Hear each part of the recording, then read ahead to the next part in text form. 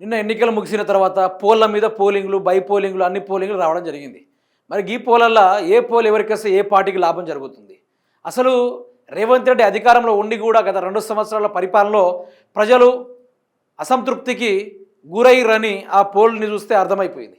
ఈ కాంగ్రెస్ పార్టీ అధికార పార్టీ వాళ్ళకి 36% పోల్స్ రావడం, అందులోని 1200 నుంచి 1290 వరకు వార్డులు గెలిచే అవకాశం ఉందనుకుంటూ కొన్ని సర్వేలు చెప్పడం, కొన్ని పోల్స్లో కూడా తెలపడం.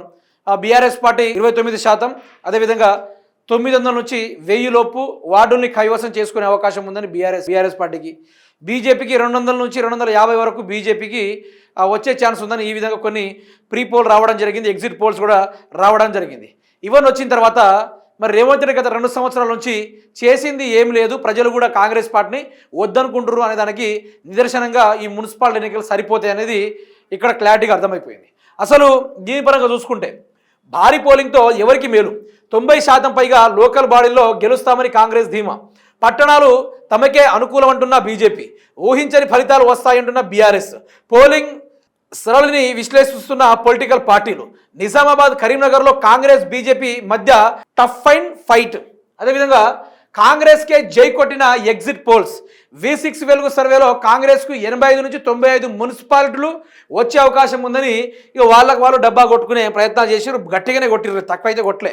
బీఆర్ఎస్కు 15 నుంచి 20, బీజేపీకి 2 నుంచి 5, మజ్లిస్కు 2 వచ్చే ఛాన్స్. 7 కార్పొరేషన్లో 5 కాంగ్రెస్కే దక్కవచ్చని అంచనా. అయితే లెక్క చేయాల్సింది ఈ 116కు 116 కాంగ్రెస్ మున్సిపాలిటీ కైవసం చేసుకుందని రాస్తే తప్పు ఏమైనా పోవా? మొత్తం రాస్తే అయిపోవు కదా. మరి ఈరోజు ఏమంటారు వీళ్ళంతా? ఈ పోల్స్ అన్నీ మొత్తం 89 నుంచి 95 దాకా కాంగ్రెసే మున్సిపాలిటీలు కైవసం చేసుకునే అవకాశం ఉంది. ఎందుకు?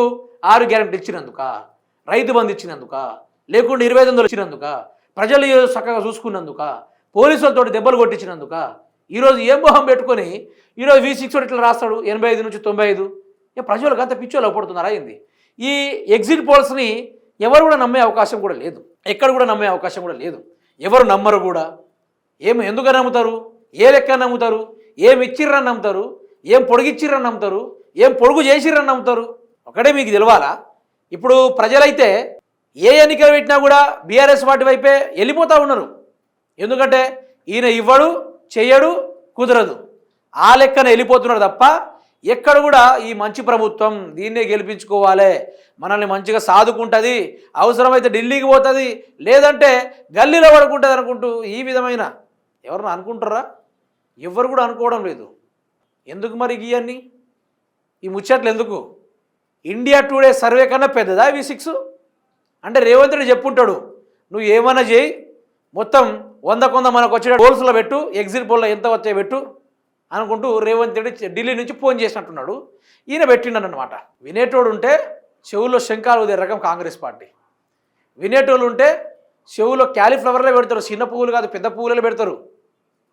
అందుకనే రేపటి రోజున ఏ సర్వే ఎట్లా ఉండబోతుంది, లెక్క ఎట్లా ఉండబోతుంది, కథ ఎట్లా ఉండబోతుంది, గుద్ది వదిలి పెడతారు. మీరే చూడండి, బ్రహ్మాండంగా గుద్దుతారు.